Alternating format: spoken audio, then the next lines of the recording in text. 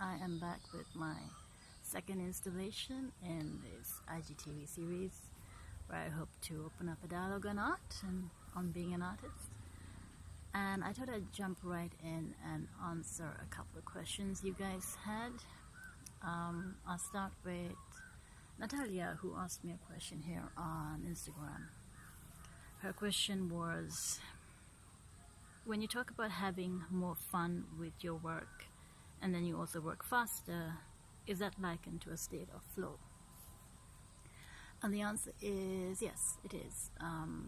Being in the flow or being in the zone, people use different phrases for this state, and I'm sure there have been scientific tests done on what this state is in terms of where the brain is at when you are in this place of cruising with your element, your vocation, your skill, whatever it is.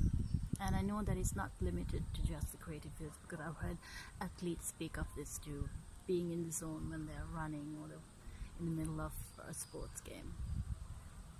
So yes, the answer is yes to that.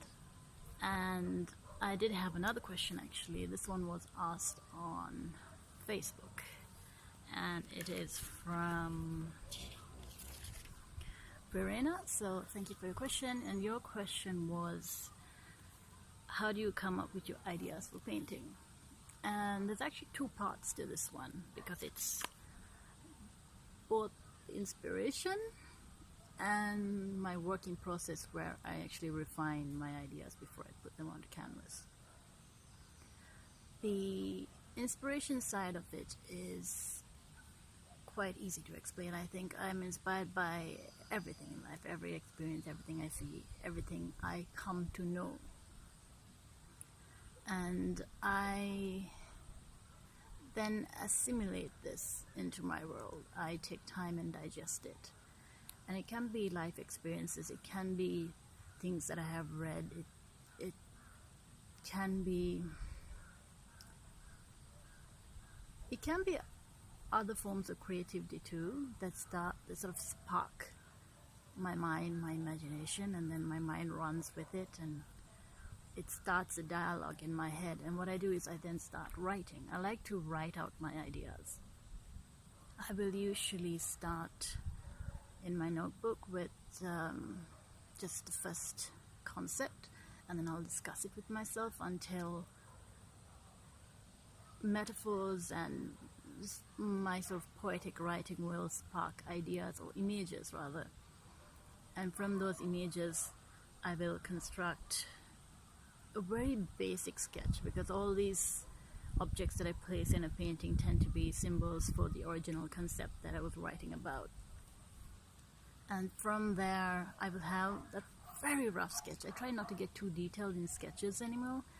When I first started painting, I used to have quite a lot of detail in my pencil sketches, and what I found was that I became very restricted, because I ended up wanting to just copy that pencil sketch onto the canvas. And because a pencil sketch in its own way is a complete piece, even if it's very rough, if I put in a lot of detail, what did happen was I felt like I had to capture that mood or that expression specifically, and then I would never let the painting find its own manifestation.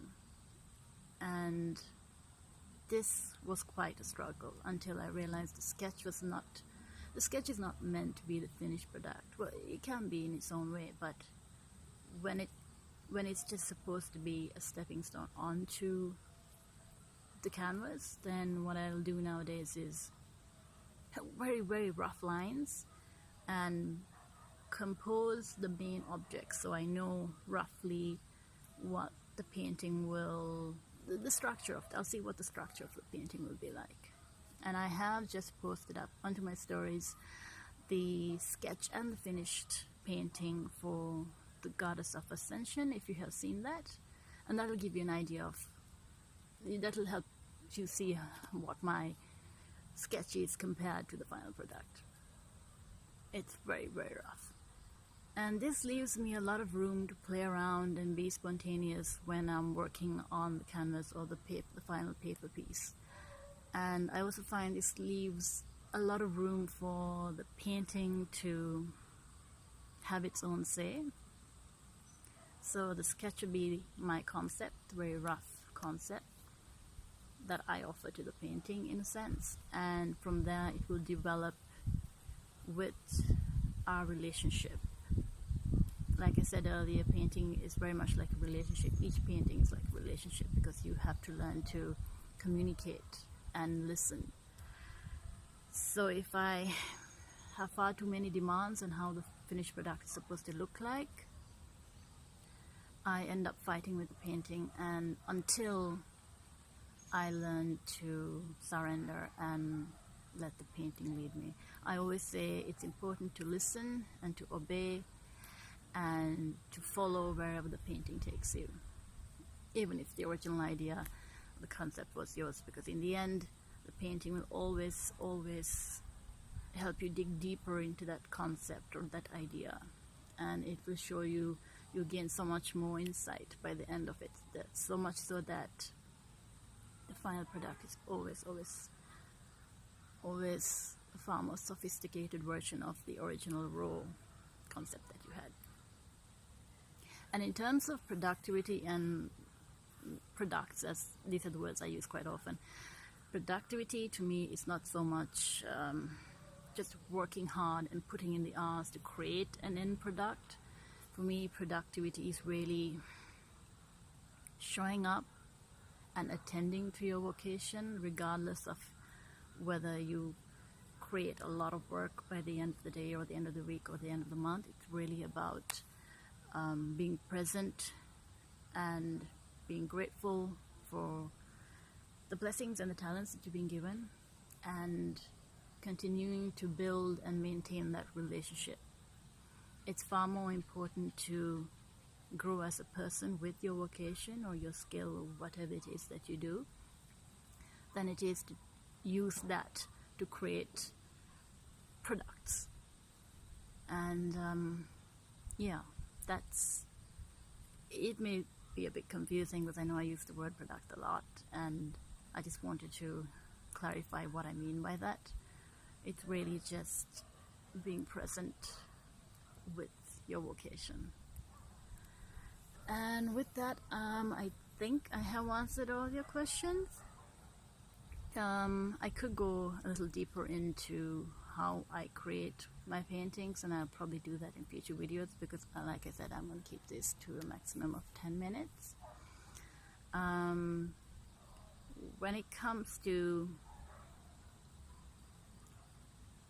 again, my paintings and the inspiration, I tend to work with the fantasy genre because I find that that is my favorite, because there are no limitations.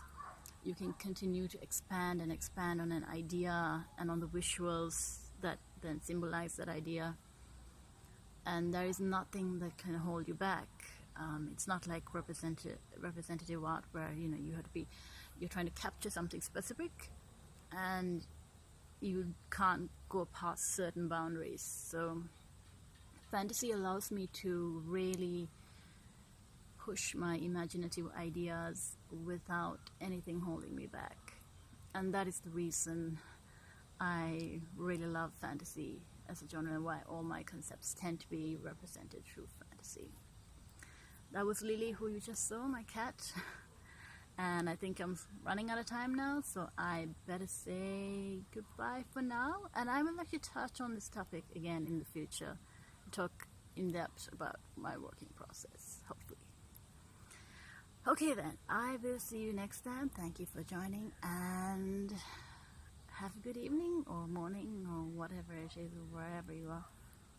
Enjoy yourselves. Bye.